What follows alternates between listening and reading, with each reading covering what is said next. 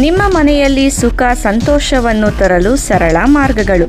ನಮ್ಮ ಮನೆ ಜೀವನ ಮತ್ತು ಮನಸ್ಸಿನಲ್ಲಿ ಶಾಂತಿ ನೆಲೆಸುವಂತೆ ನಾವು ಪ್ರತಿದಿನ ಶ್ರಮಿಸುತ್ತೇವೆ. ನಮ್ಮ ಸಂಬಂಧಗಳಲ್ಲಿ ಮಧುರತೆ ಇರಲಿ, ಅಂದರೆ ದಿನದಿಂದ ದಿನಕ್ಕೆ ನಾವು ಒತ್ತಡ ಮತ್ತು ಅಶಾಂತಿಗೆ ಬಲಿಯಾಗುತ್ತಿದ್ದೇವೆ.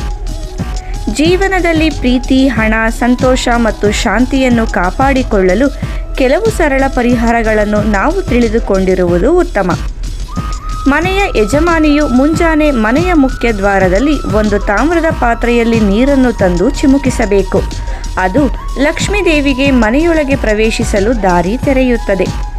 ಮನೆಯಲ್ಲಿ ಸುಖ ಶಾಂತಿ ನೆಲೆಸಬೇಕೆಂದರೆ ಪ್ರತಿ ಅಮಾವಾಸ್ಯೆ ಮತ್ತು ಹುಣ್ಣಿಮೆಯಂದು ಮನೆಯನ್ನು ಚೆನ್ನಾಗಿ ಸ್ವಚ್ಛಗೊಳಿಸಿ ಅನುಪಯುಕ್ತ ವಸ್ತುಗಳನ್ನು ಮನೆಯಲ್ಲಿ ಇಡಬೇಡಿ.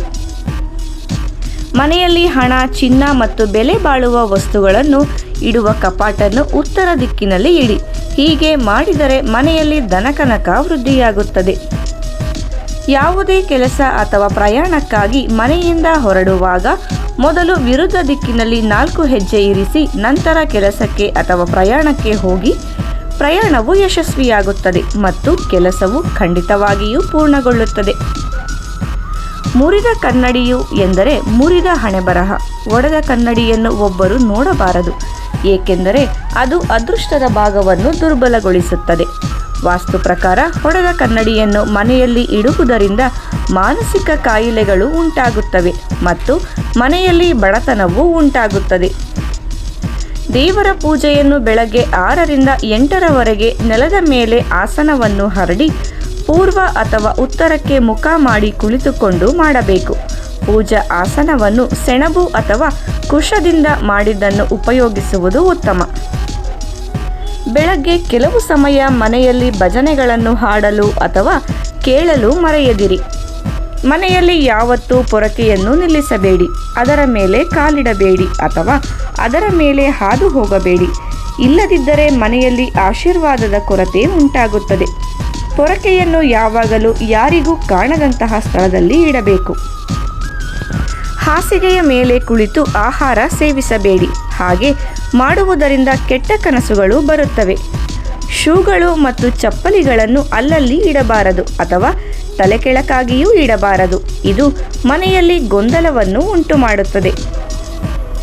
ಹಸುವಿಗೆ ಮೊದಲ ರೊಟ್ಟಿಯನ್ನು ತೆಗೆದುಕೊಳ್ಳಿ. ಇದರಿಂದ ದೇವತೆಗಳು ಸಂತೋಷ ಪಡುತ್ತಾರೆ ಮತ್ತು ಪೂರ್ವಜರಿಗೆ ಶಾಂತಿ ಸಿಗುತ್ತದೆ. ಪೂಜಾ ಕೊಠಡಿಯ ಈಶಾನ್ಯ ಮೂಲೆಯಲ್ಲಿ ಯಾವಾಗಲೂ ನೀರು ತುಂಬಿದ ಕಳಶವನ್ನು ಇಡಬೇಕು.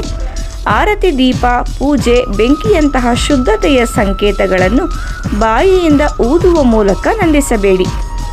ಆಗ್ನೇಯದಲ್ಲಿ, ಅಂದರೆ ದೇವಸ್ಥಾನದ ಆಗ್ನೇಯ ಮೂಲೆಯಲ್ಲಿ ಧೂಪದ್ರವ್ಯ ಮತ್ತು ಹವನ ಕುಂಡದ ಸಾಮಗ್ರಿಗಳನ್ನು ಇರಿಸಿ. ಮನೆಯ ಮುಖ್ಯ ದ್ವಾರದ ಬಲಭಾಗದಲ್ಲಿ ಸ್ವಸ್ತಿಕ್ ಚಿತ್ರವನ್ನು ಬರೆಯಿರಿ. ಮನೆಯಲ್ಲಿ ಜೇಡರ ಬಲೆಗಳನ್ನು ಎಂದಿಗೂ ಅನುಮತಿಸಬೇಡಿ. ಇಲ್ಲದಿದ್ದರೆ ಅದೃಷ್ಟ ದೂರ ಹೋಗಲು ಪ್ರಾರಂಭಿಸುತ್ತದೆ ಮತ್ತು ನಿಮ್ಮ ಪ್ರಗತಿಗೆ ಅಡ್ಡಿಯಾಗುತ್ತದೆ. ವಾರಕ್ಕೆ ಒಮ್ಮೆಯಾದರೂ ಸಮುದ್ರದ ಉಪ್ಪು ಅಥವಾ ಕಲ್ಲುಪ್ಪಿನೊಂದಿಗೆ ಮನೆಯನ್ನು ಒರೆಸಿ. ಇದು ನಕಾರಾತ್ಮಕ ಶಕ್ತಿಯನ್ನು ತೆಗೆದುಹಾಕುತ್ತದೆ. ಪೂಜಾ ಕೋಣೆಯಲ್ಲಿ ಯಾವುದೇ ಪ್ರತಿಮೆಯ ವಿಗ್ರಹವಿದ್ದರೆ ಅದನ್ನು ಪ್ರತಿದಿನ ಪೂಜಿಸಲು ವ್ಯವಸ್ಥೆ ಮಾಡಿ. ತಾಮ್ರದ ಪಾತ್ರೆಯಲ್ಲಿ ಶುದ್ಧ ನೀರನ್ನು ತುಂಬುವ ಮೂಲಕ ಪ್ರತಿದಿನ ಸೂರ್ಯನಿಗೆ ನೀರನ್ನು ಅರ್ಪಿಸಿ. ಈ ಪರಿಹಾರವೂ ಸಹ ಮನೆಯಲ್ಲಿ ಸಂತೋಷವನ್ನು ತರುತ್ತದೆ. ಮನೆಯಲ್ಲಿ ನಕಾರಾತ್ಮಕ ಶಕ್ತಿ ಮತ್ತು ಸಂತೋಷವಿಲ್ಲದಿದ್ದರೆ ಪ್ರತಿದಿನ ಹನುಮಾನ್ ಚಾಲೀಸವನ್ನು ಪಠಿಸಿ ಮತ್ತು ಸಂಜೆ ದೇಸಿ ತುಪ್ಪದ ದೀಪವನ್ನು ಬೆಳಗಿಸಿ. ಮನೆಯ ಮುಖ್ಯ ದ್ವಾರದಲ್ಲಿ ಚಪ್ಪಲಿ ಮತ್ತು ಬೂಟುಗಳನ್ನು ಇಡಬೇಡಿ. ಇದು ಮನೆಯಲ್ಲಿ ನಕಾರಾತ್ಮಕತೆಯನ್ನು ತರುತ್ತದೆ. ಆದ್ದರಿಂದ ಮನೆಯ ಮುಖ್ಯ ದ್ವಾರವನ್ನು ಸ್ವಚ್ಛವಾಗಿ ಮತ್ತು ಅಚ್ಚುಕಟ್ಟಾಗಿ ಇಟ್ಟುಕೊಳ್ಳಿ. ಇದೇ ರೀತಿ ಉಪಯುಕ್ತ ಮಾಹಿತಿಯೊಂದಿಗೆ ಮುಂದಿನ ವಿಡಿಯೋದಲ್ಲಿ ಭೇಟಿಯಾಗೋಣ. ಧನ್ಯವಾದಗಳು.